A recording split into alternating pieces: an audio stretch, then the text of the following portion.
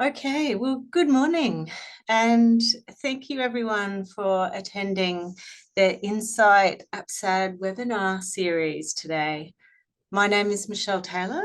I'm one of the clinical educators at Insight, and I will be your host for today's webinar.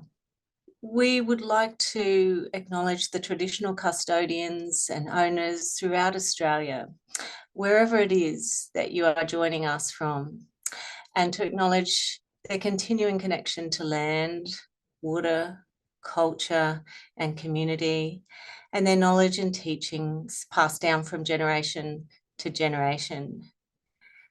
We pay respect to elders past and present.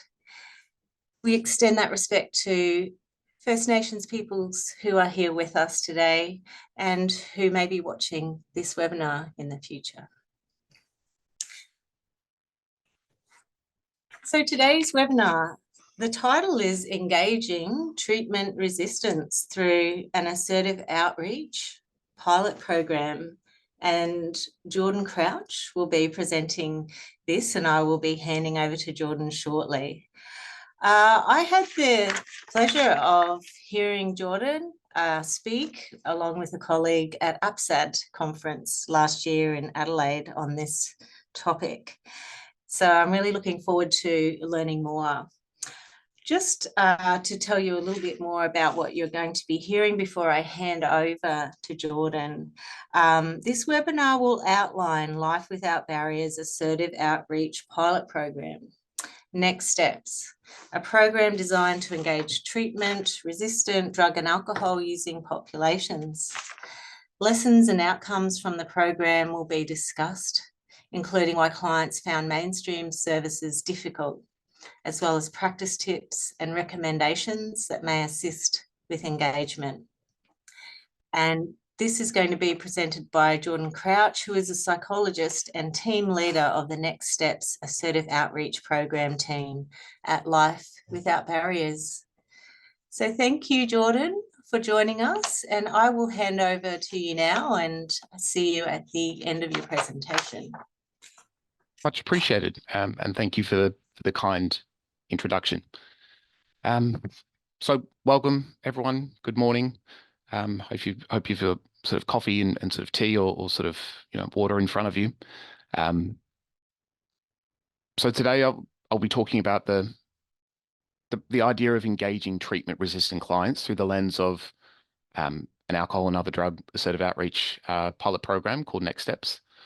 I'll touch a little on what the program is, sort of how it sort of came to sort of be, walk you through how we operate, highlight some outcomes based on the pilot period, and finish by talking a little more in depth about the concept of treatment resistance and engaging treatment-resistant clients. So a little obligatory sort of spruiking of Life Without Barriers. Just going to move this little screen. No, I'm not. Yes, I am. Look at me go. So I'm from Life Without Barriers. We're a national non-for-profit who historically delivers alcohol and other drug counselling in South Australia, although we have a large range of programs offered nationally. In 2022, we were successful in our application to deliver the Assertive Outreach pilot through Drug and Alcohol Services of South Australia. And the program was designed to engage those who are unwilling or did not follow through on referrals, who found difficulty engaging in treatment in a meaningful way, and for those who presented to emergency rooms irregularly to receive crisis support. The pilot has since been extended once, and we're currently in the process of awaiting news as to the receipt of further funding yet again. We had two primary criteria for referral acceptance, which was the client must have an alcohol or other drug concern, and they must have had history of previous referrals to services which they didn't engage with. So the pilot was initially based in two regions, so Onkaparinga, which is kind of outer south of Adelaide, and Port Augusta, which, depending on how fast you drive and if you're in a work car, anywhere between sort of 3.5 to 5 hours northwest of Adelaide. With respect to the communities that we're working with, sort of choosing not to provide specific statistics around substance use, although happy to report on a couple of trends. So we found that problematic alcohol consumption was an issue in both regions. Onkaparinga had some quite significant methamphetamine concerns, and this was largely smoking methamphetamines, although there is emerging concerns around intravenous methamphetamine use. There were high rates of cannabis use in Port Augusta, emerging intravenous methamphetamine issues in Port Augusta, emerging Xanax concerns with youth in Onkaparinga, large rates of DCP involvement across both regions, and for those out of state, that's Department of Child Protection. Homelessness was more common than not, and across both regions, existing services were reliant on clients wanting to and being motivated to engage. So there really wasn't a lot of wiggle room for people who struggled with strict procedures or had their own ideas about what that initial period would look like. And across both regions, local hospitals were operating at or above capacity. Running alongside the project was an evaluation conducted by NCETA, which is the National Centre for Education and Training on Addiction, which basically found that the program was efficient and effective in producing good outcomes for treatment-resistant clients. So that's good. And so you all know, any stats around engagement and outcomes that I provide today will be pulled from the data on the pilot program period. Okay, so a little bit about the program structure and how we operate. So whereas traditional programs would have one clinician attached to many clients, the project's aim was to attach one client to many clinicians. We're also an assertive outreach program, which, to explain those two words a little bit, outreach, so all of our staff meet people out in community, wherever we're sort of able, but also assertive, which basically means we're able to tolerate a bit more friction and resistance than other services and persist through periods in which a client was difficult to access or engage with in a traditional way. Our teams were staffed by social workers, registered nurses, Aboriginal health and wellbeing workers, and later Aboriginal health practitioners, community support workers, peer workers, and myself as the psychologist. Our clients could choose to engage with the clinicians they felt the most comfortable with. So this could be the full team, half the team, and particularly when initially engaging with the program, with just one clinician. And this could be through luck that they've developed a relationship with them, or through client selection, in which they kind of meet the whole team and they say, for whatever reason, I feel comfortable with this person, and we're okay with that. For those clients willing to engage with only one clinician, all staff would provide advice and feedback to that person. Our aim in this case was to focus on building and maintaining trust and relationship, and when appropriate, we look for opportunities to extend and build that relationship and trust with other staff members and, in time, with other services. So what do? How did we actually try to engage people? If I could put it really simply, we engage people through whatever means we could and through whatever means worked for them at that time. For some people, engagement was primarily through phone and text. For others, it was meeting them in community or providing services between completing the daily tasks of life. So this could be going shopping, going for a walk, getting a coffee, or helping them get on top of some other aspect of life they were really struggling with. This could have been our nurse providing assistance for some daily task and talking about medication compliance and health matters, or myself assisting with their weekly shopping whilst talking about anxiety and drug and alcohol strategies, whilst socializing them to more therapeutic concepts. For some, it meant showing up a few times a week to make them a sandwich, make sure they're drinking water and taking their medications, coming up with a keep this person out of hospital plan, after which it became a how do we enjoy life a little bit more plan. For others, it looked like knocking on the door a few times a week for months at a time and watching those conversations go from barely coming to the door to 2 minutes at a time, to 10 minutes, to half an hour, to now they're engaging in a treatment plan and attending the office. We also had to kind of redefine what engagement actually looked like. If we received any form of communication, we were able to consider that a type of engagement and build from there. We had prolific texters that would struggle to attend appointments. And instead of applying pressure to always make it, we just accepted this reality. We encouraged them from a place of kindness and empathy, and we found that over time, they began to attend in person more and more. We found people who would basically engage with us from the other side of a door for weeks at a time, and we continued to show up. And we found that over time, they were willing to talk about why. They would talk about the sense of shame or embarrassment they might have had, but the state of their house or some other aspect of themselves, which provided a pathway to find a mutual ground to make this work for them. It wasn't that they didn't want to engage, but there was a barrier to be resolved first that could only really be worked through in unconventional ways. And the incentive to engage, or the barrier to engagement, often came from an area related to, but not directly because of, alcohol and other drug issues. And we were gifted the luxury of broadening our scope through a multi-D lens to engage clients where they were at on an issue that matters to them. And this really was often the key to engagement. Difficulty with engagement was typically either a product of chronic and pervasive mistrust of most, if not all, systems and services, or through complex and often difficult to manage behavioral presentations. So a large number of our clients at referral were deemed too complex for mainstream referrals, but not quite complex enough for others. So they sort of fell into this space in which effective and appropriate care was often not available to them. And for these individuals, the hospital system often effectively became their primary provider of care. Okay, so some numbers. Throughout the pilot period, we accepted 145 clients, and this has sort of continued to grow since that period.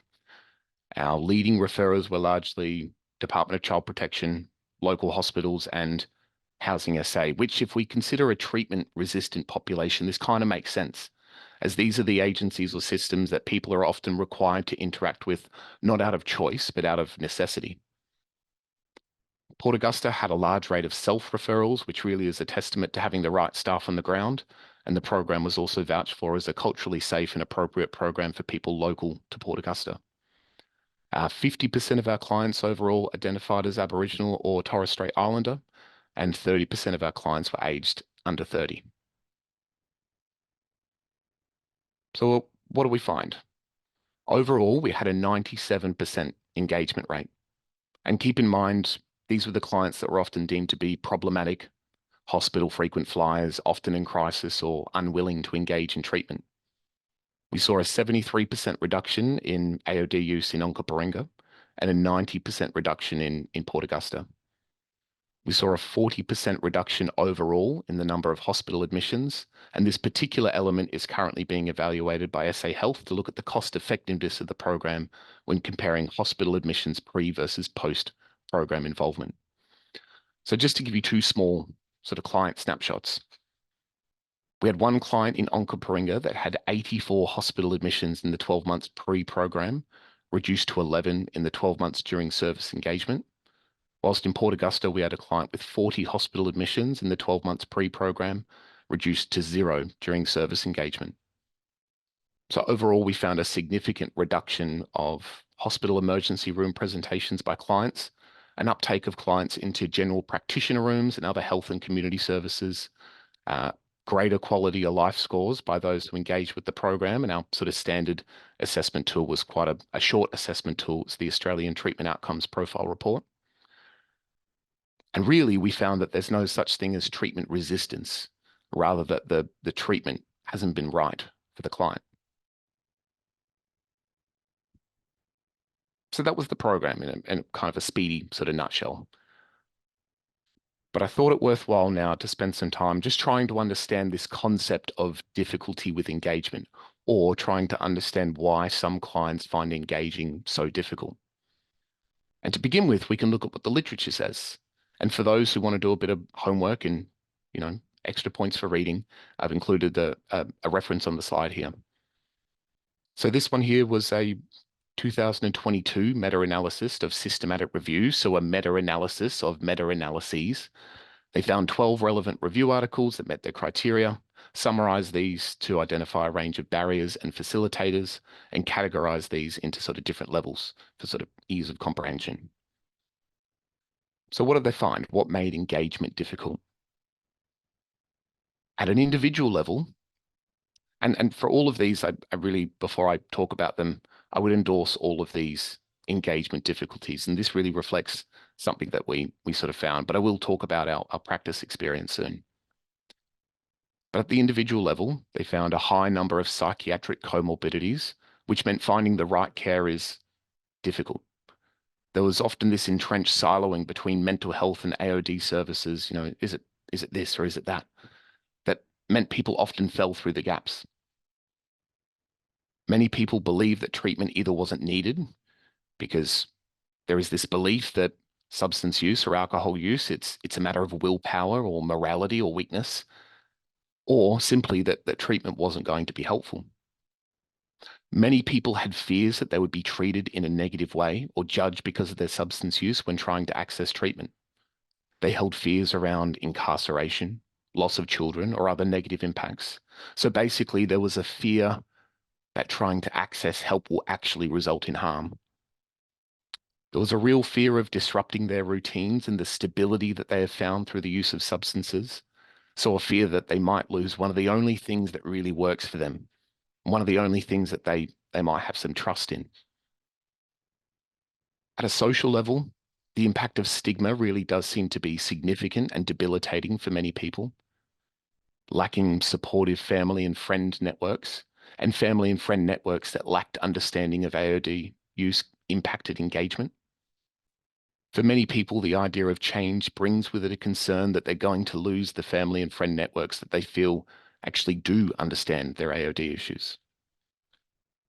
At a more structural or organizational level, they found many people had problems with their therapeutic team, which is really around feeling a lack of empathy from staff and having difficulty building strong therapeutic relationships with staff, which suggests the stigma people experience extended to the very health professionals around them that they were engaging to help them.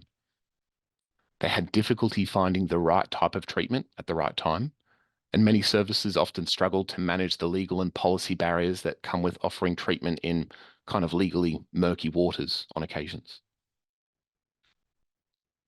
For facilitators, and I'll kind of breeze through these in the interest of time, but basically they found those most likely to engage in treatment were personally motivated, were seeking to establish a new identity away from drug and alcohol use, had supportive family and friend networks, had access to peer workers, which provided them hope and assisted in developing trust, were able to build trusting and collaborative relationships with their treatment team, were able to access the right help at the right time, and when they did access services, those services had clear policies and protocols in place.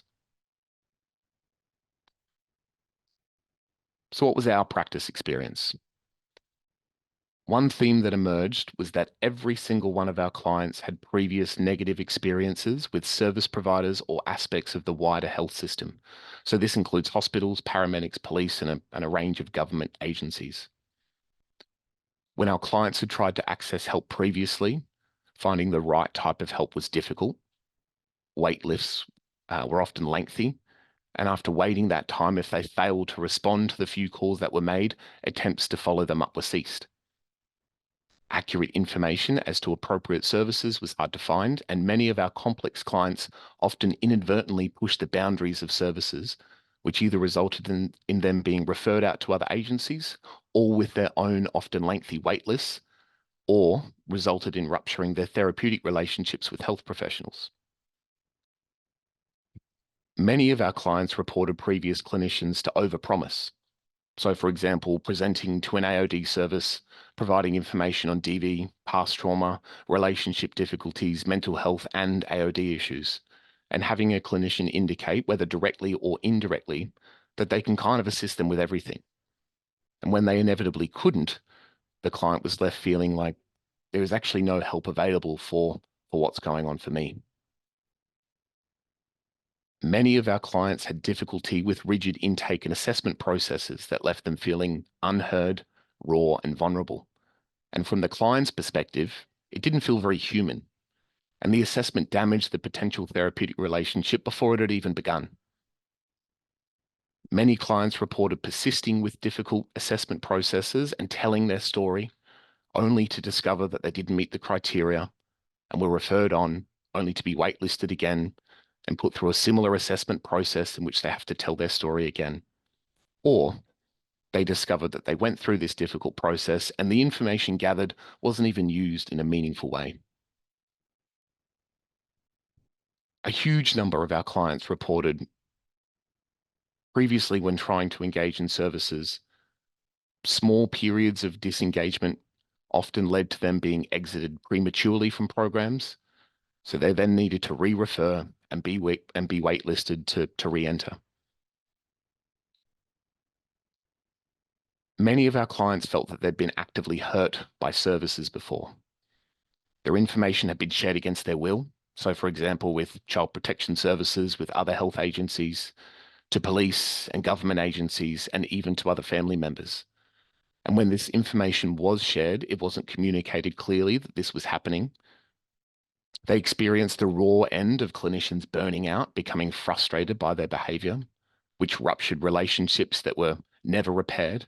And they were left feeling like their complex behaviors, which, they're very aware of, are untreatable or something that can't be worked with. A significant number of clients reported clinicians would book appointments that were missed by the clinician and not by them. And this is something we witnessed live on numerous occasions. And for clients who already have difficulty with engagement or are apprehensive about engaging or have negative beliefs about services and are trying anyway, this can be absolutely crushing. Often when this occurred, adequate follow-up and reparative work was not conducted in a suitable time frame, and on a number of occasions wasn't done at all. This feeling of otherness. Many of our clients report feeling so separate, so other from the mainstream society that the prospect of engaging with services never really felt like an option, or they felt so broken and so unlike the happy people around them that recovery never really seemed possible.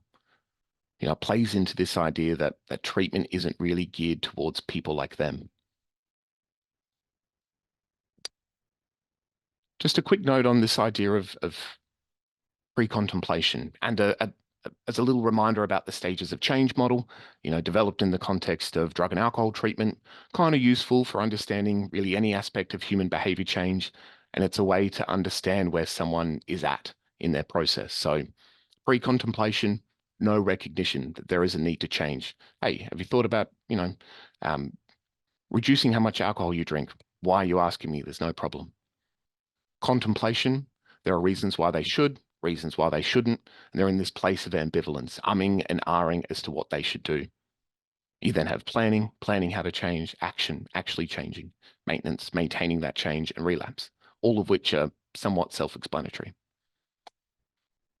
I bring this up as for most of our client cohort, many of the clinicians they've engaged with previously would deem them pre-contemplative.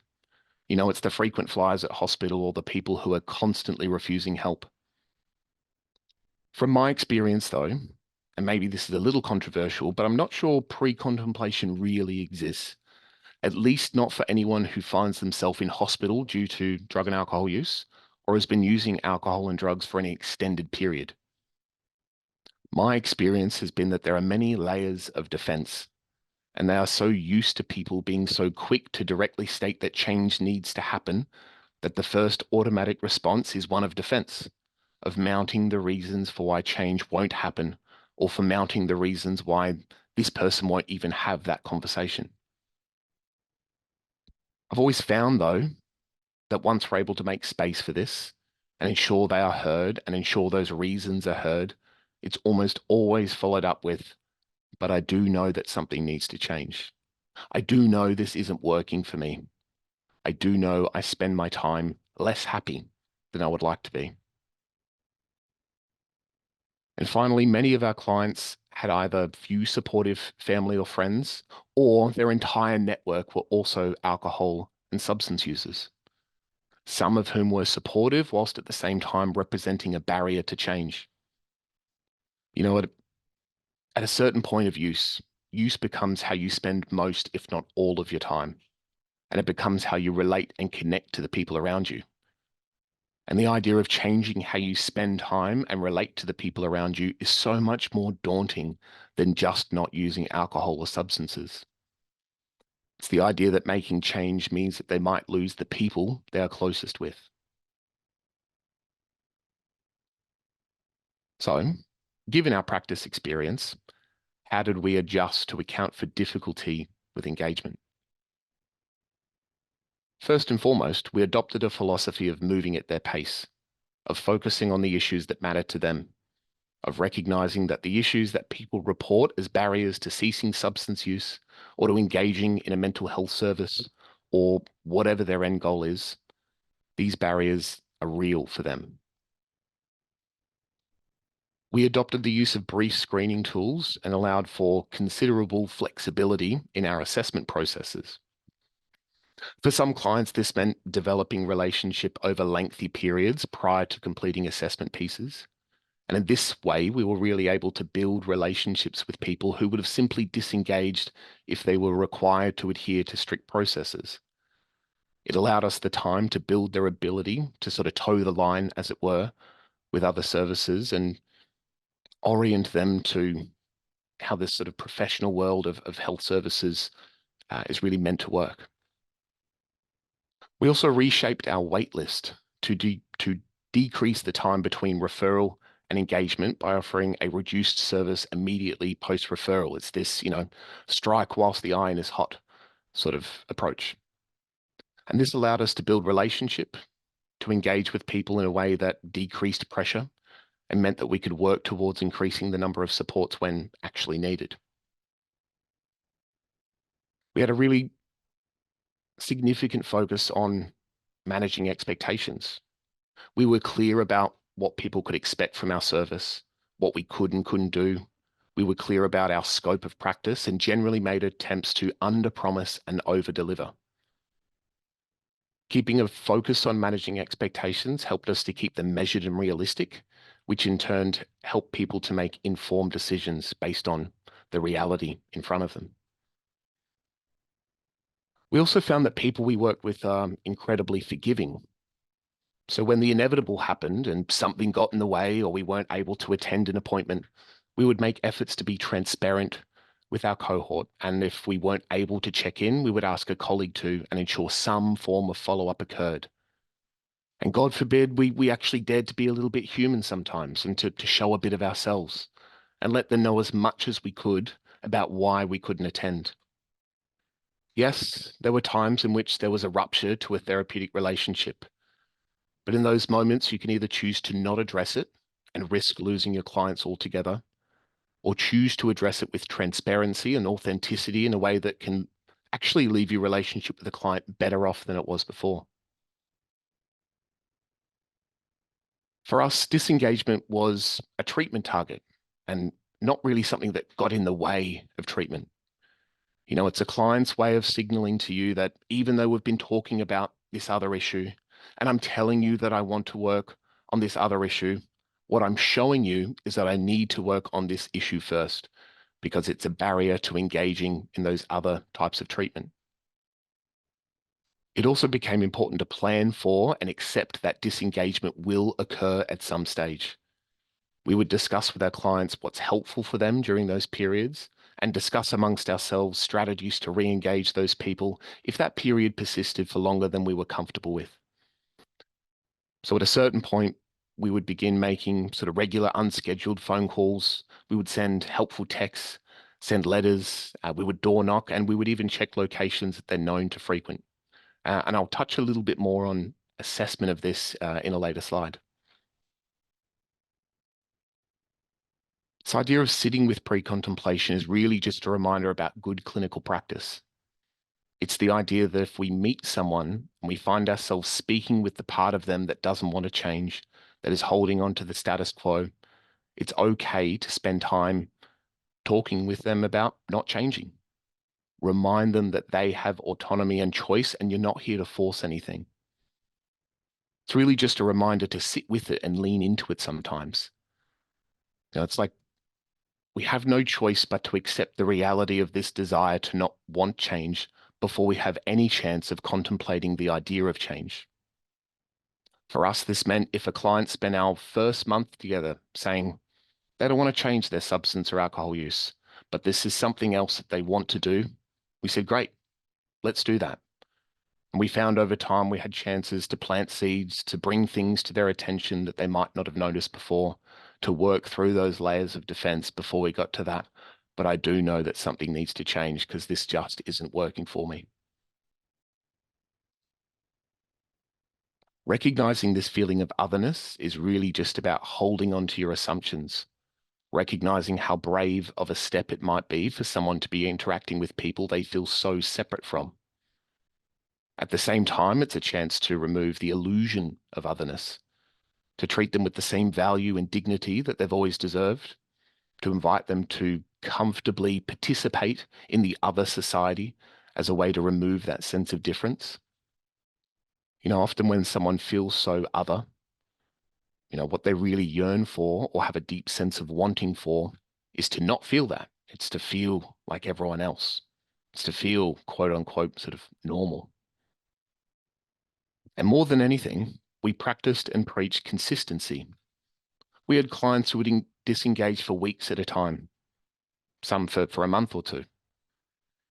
And you'd think they didn't care if we were trying to call, but as soon as you missed that call for your regularly scheduled time, you can bet they would be in contact expressing some annoyance, if I can put it lightly, that it was missed. So never underestimate the impact of consistency and what it might mean to someone to have somebody constantly reaching out, someone who shows that they actually care, despite them not reciprocating on occasions. So factoring in difficulty with engagement to your case formulation, I think this is an area that is kind of rarely touched on. And to put it really simply, we can't match a solution to the problem if we don't understand the problem. And if we don't ask, then we don't know. So one example, you know, someone's having some difficulty attending an appointment. You know, if it's a problem of awareness, you know, if it's a problem of I simply forget on that day, we might look at setting alarms, using external reminders, those sorts of things. But if it's not awareness, it might be motivation. And if it's motivation, we don't need to discuss how to make it. We need to discuss the why of making it to an appointment. So we need to understand why they are not motivated. What gets in the way in those moments? Do they believe services are useless? Or therapy is useless and can't do anything for them? Does anxiety get in the way because it's hard to feel so exposed and vulnerable, and it's something that it's easy to avoid, you know, when you've lived a life of externalizing and avoidance for so long? And, you know, for many of my clients, they would get into this space in which they've missed a few things and they have this sense that, man, I'm going to be in trouble, that everyone will hate them, that they've messed up so much that everyone will be rightfully angry with them, and they just can't face it. And they usually find that one day, for whatever reason, they wake up really motivated. Today's the day I'm going to make all of those phone calls. And they find that people aren't angry. People are actually happy to hear from them. And they find that it's fine. But still, the pattern persists. So explore those parts. Who is that person in those moments? What is the piece of them that takes the reins? And if you're having trouble getting your client to speak about not attending, you really need to be the person to sit with it, to slow things down, to bring them back to that day or that moment or series of moments when they made that decision, because this is something they're uncomfortable with and they're trying to move over it quickly, which tells you it's something important. I always found visual imagery exercises can be really useful here. So it's this process of, all right, well, let's slow things down. Close your eyes for a little bit. Where were you when that decision happened? Don't tell me about what you were thinking just yet. Just tell me, where were you? Describe the room. Was it sunny? Was it nighttime? What were you wearing? Who was around? Were you well slept? Were you feeling good? What were you feeling? What were you focused on, or what was occupying your mind? And importantly, how did you feel about yourself when you made that decision? For a huge number of my cohort, there'll be this sort of instant sense of relief. And I was so worked up and overwhelmed and tense, and I couldn't face it. And then I made that decision, and I had a period of, it's all right. But then it's followed up with a much longer period of guilt, of shame, of embarrassment, of here I go, ruining things yet again. Here I go, being unable to reach out to the one place that's meant to be there to help me. You know, how dysfunctional I must be. From another lens, consider a moment of depression formulation. You know, in strict behavioral terms, if we had someone finding difficulty engaging in the behavioral activation aspect of their treatment, what do? We basically reduce the size of the task again and again until we find a level of activity that feels achievable and less overwhelming. We develop a sense of competency completing the task at that level, and we build up from there. In a similar way, what if the therapeutic engagement itself is an overwhelming prospect? Why would we conclude someone isn't ready or doesn't want to engage? Why must it be you have to engage for this length of time and in this manner, or else I deem you not ready or not wanting? Why not consider reducing the size of the task until we find a level of engagement they're able to complete, build some competence completing the task at that level, and build up from there? From my experience, the prospect of disengagement is rarely discussed during your typical assessment and treatment planning, which means that when it does happen, it will often catch us off guard. And there's a few simple leading questions we can ask to assess someone's likelihood of missing appointments or disengaging that could be pretty informative.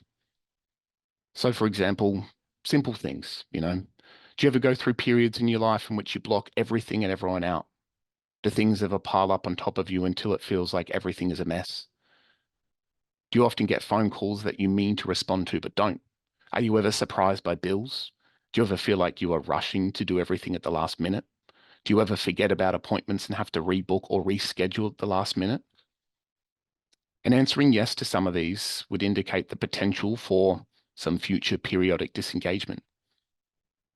And if we discuss this with our client ahead of time, we can talk about what's helpful, and we can try to understand what someone's internal process is like during these periods. And from there, we can develop strategies that hopefully shorten those periods of disengagement or maybe circumnavigate them altogether. And I would say that if disengagement is a serious problem, significant clinical work is often warranted. And you can be guaranteed it's not something that just affects their engagement with you. It's something that affects every single area of their life. Okay. So a few practice tips and changes that you can sort of take with you. And none of this is going to be groundbreaking, probably stuff that you all do already or have considered, but I think they're worthwhile reminders. So finding a mutual space and trying to engage someone on an issue that matters to them. If you're working within the constraints of a service with a narrow scope, do your best to make clear how this work relates to your funded focus, but of course, remember your own scope of practice and be honest if an issue is outside of your scope of practice.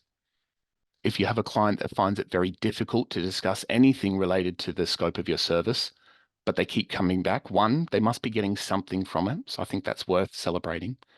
And two, using strategies like, say, a therapy clock, where, say, the first 25 minutes is devoted to the things that you have to do because of the scope of your service, and the last 25 minutes is open to whatever they would like to discuss. Reflect on what your assessment actually looks like. Can you extend your assessment over multiple sessions with an aim of developing relationship? Can you dare as much as you can to throw away the paperwork and just talk? You'd be surprised by how much relevant information you can get sometimes by making the process just a little bit more human. Sometimes it could be helpful if you have a paperwork-heavy assessment component to flag with your client ahead of time. This isn't going to be a very human session today. This is going to be a paperwork session. Importantly, I would directly address not attendance or difficulty engaging. This is a hit the nail on the head. Here is the thing that we keep tripping over. And if it keeps happening, then this is a relevant treatment target, not something that's just in the way of treatment for it. Not It's not something that's just getting in the way of treatment. So assess for it, try to understand it, and plan for it as best you can. Consider how much within the scope of your service and funding you can cater towards people who find engaging difficult. Are there alternate modes of engagement that you can utilize, particularly early on in the process? Consider the ethics and rules around text messages or emails or letters, or even meeting people in less clinical settings, or setting up shorter appointments if that's what works for people. Consider directly asking how you can make this work best for them. Let them know that you can be flexible and that everyone is different, and that's okay. Even if the format doesn't change that much from person to person, just the willingness to explore this can mean the difference between engaging versus not. I would always aim to undersell and then over-deliver, and most importantly, be consistent. Mistakes happen, you double book, someone else double books you, something else gets in the way, or some client issue pops up. And these will happen because we're only human and life happens sometimes. But just be honest and clear and transparent, as much as you can. And hopefully it will only add to the work that you do. If you notice that little bit of reluctance or avoidance that comes up inside you, notice it, put it to the side, and work on developing your practice so you can move through those moments and salvage some of those relationships. And also, when sharing sensitive information, just be as honest and straightforward as you can. I let them know exactly what was asked and exactly what I'm going to say. And I found, particularly with legal requests for, say, a family court matter, it really provides a unique opportunity to reflect on those questions and responses. It's a chance to pull back a little bit from the process and talk about what we're doing. Try to be as prepared as you can for the person who walks into your service, sits down and says, I don't want to work on the thing you're here to work on. My advice would be to not take them at face value. Roll with that situation and disarm them as best you can. There's nothing wrong with saying, cool, let's put that over there. And what do you want to work on? Roll with it and come back to it later. Find some mutual ground, build a foundation, and then you can test that foundation when you need a little later on. And finally, I would make clinical reflection a part of your everyday practice. Again, something that we should all be doing, but I know for me, it's something that tends to drop off and then I tend to re-engage with. Do you notice that you can feel frustrated with someone who is moving slowly or someone who agrees to something and then doesn't follow through? It's like use that little internal signal, your little internal radar. It's kind of telling you there is some friction there, that you might be coming at this from different places or missing something important. And if you do notice it, consider if you're at different stages of change than your client. And if you are, consider what you need to do to pull yourself back and meet them where they're actually at that moment. And that's actually it. I think I'm within the time frame for questions, which I didn't think would happen. So that's good. Yes, thank you, Jordan. I've been sitting here writing away. Great ideas for practice, amazing quotes that you've shared. So thank you so much for letting us in to your project and helping us to learn more about the amazing work you've been doing. A couple of quotes that I might just share back to our audience, and then I'll share some of the questions. So a couple of things that struck me was you said there's no treatment resistance. It's more that treatment is not right for the client. I found that's a very powerful thought for us to hold as we do our work and we engage with people. And really found it helpful to hear all your thoughts around engagement and what that, how we can think about that. One of the quotes I wrote down is, obviously this idea many of us have heard, meeting people where they're at and what matters to them. wanted to thank you for all those practice tips and ideas you actually gave to operationalize some of those very practical ideas. So I do have some questions. I might just go to those now if you're happy to. Yeah. Let's do it. And comments.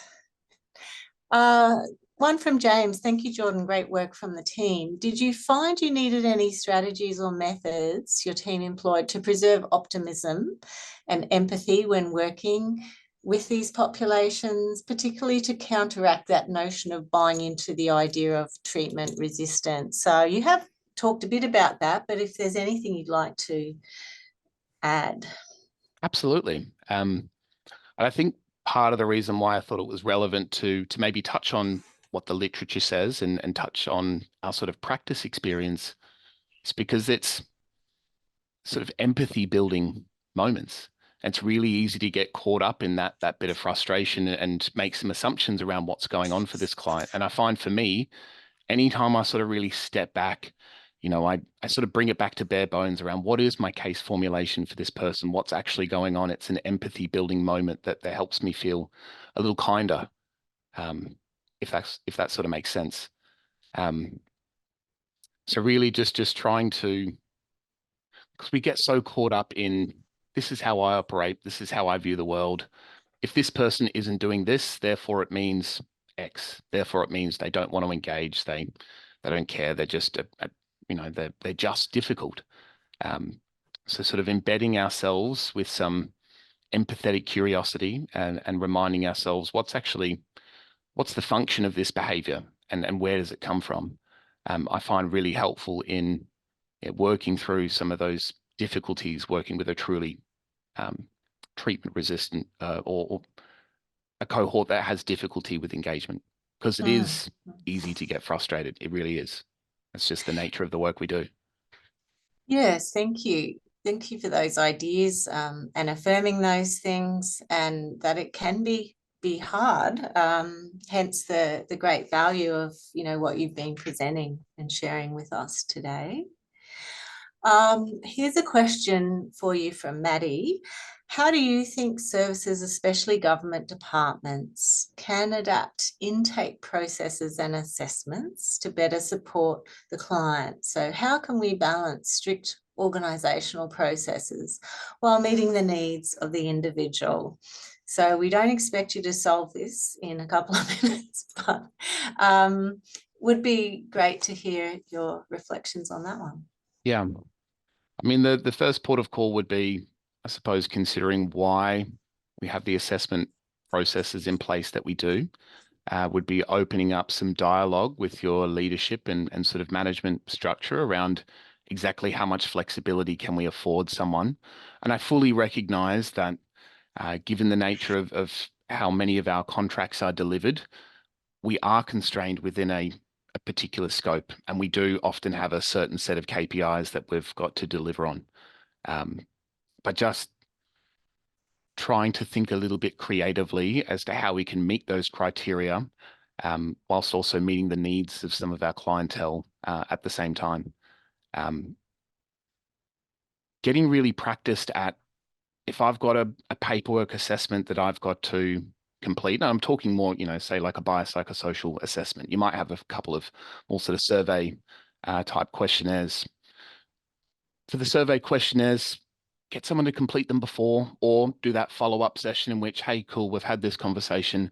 The next time we meet, it's going to be less of a human endeavor. We're going to come in and we're just going to do the paperwork side of things. For that biopsychosocial type assessment, as best you can, get rid of the paperwork, and just talk. It really will come off as so much more natural and human and authentic to the person on the other end. I think considering their experience is the most important consideration that we can really have moving forward. I don't really know if that answered the question, but it was really, speak to your leadership, open the dialogue, speak to your funders, begin talking about how much flexibility we can actually have. There will be services that will be able to find, I think, a bit more flexibility, but there will be occasions in which this is kind of it. And that's a tough position to be in when you want to offer more to certain clientele. Yeah, that's great to hear your thoughts on that. And something I wrote down, which sort of maybe feeds into this area that you said earlier, was we can view perhaps engagement difficulties as a treatment target and as evidence-based practice alongside those other things. And yes, your flexible ways of approaching that, very practical ideas. More questions? Would be interested to know, this one is from Brett, whether any harm reduction strategies were used when you were sitting with pre-contemplation with those people that were, you know, identified, or maybe not so much so, given the way you've conceptualized it. But yeah, was there any focus on harm reduction? Absolutely. In every aspect of kind of every interaction, you know, we've got someone saying that I don't really want to change. It's perfectly valid to say, that's fine. Let's figure out how you can not change, but do it in a way that doesn't impact your life as much. Let's head down to the clean needle spot and make sure that you've got, you know, tools that aren't going to sort of harm you. Let's talk about when you start, when you stop. Let's talk about just making sure you get that sort of base level of food and water, and you know, you're keeping up with your medications. That really should be interwoven with every interaction you have, whether someone's actively working towards change. And keeping in mind, change for people isn't always abstinence. Change for people is, I want to keep doing what I'm doing, but I just want to do it on the weekends.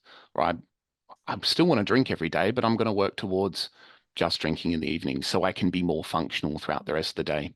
The goal absolutely wasn't abstinence for every person. I hope that answered your question. Yeah, that's great. Thank you very much. There's another question too. How can we engage and motivate clients that may need help, but decline your services and want to do it on their own? That's from Rayla. Sorry, and so the question was, I can say it again. yeah. So if someone doesn't want the service and, Yeah. you know, just wants to do it on their own, but perhaps the service providers feel that, you know, they're worried or they're trying to engage that person. Yeah. Yeah, any thoughts around that? And I mean, we did hear some of your practices around slowly developing engagement with some people that might have perhaps fallen into that sort of category and didn't want to see you. So over the sort of course of time, we've had a number of clients who, you know, poor experience with detox services, you know, poor experience with rehabs, drinking at a level that really is quite dangerous to stop. As much as I would like to express my concern that, hey, you really need some medical guidance throughout this, they refuse. So you're sort of left in this position of, well, okay, what do I do? You know, if this person's going to do it anyway, I may as well arm them with as much information as I can. You know, we would talk about what the risks are, but also what the sort of typical protocols and procedures might be if you were going through whatever sort of process. You know, it's almost like you find yourself sitting in this case management sort of discussion. Okay, if not us, and you're going to do this anyway, here's how you can make it as safe as possible. Here's some numbers you can call. Here's what you should be doing on a day-to-day basis if you're going to try and cease alcohol. You know, 100 to 0. Here are the things to look out for. Here are the thresholds that you should be reaching out for help. You know, if you find that you're experiencing this collection of symptoms, this probably means that you might be in trouble. So sort of reach out if you can. You know, it's recognizing that as much as I don't want this person to do this, they're probably going to do it anyway. So I'm just going to arm you with as much information as I possibly can. I'm going to give you my whole tool bag. For the next hour, I'm just throwing stuff at you and hopefully something sticks.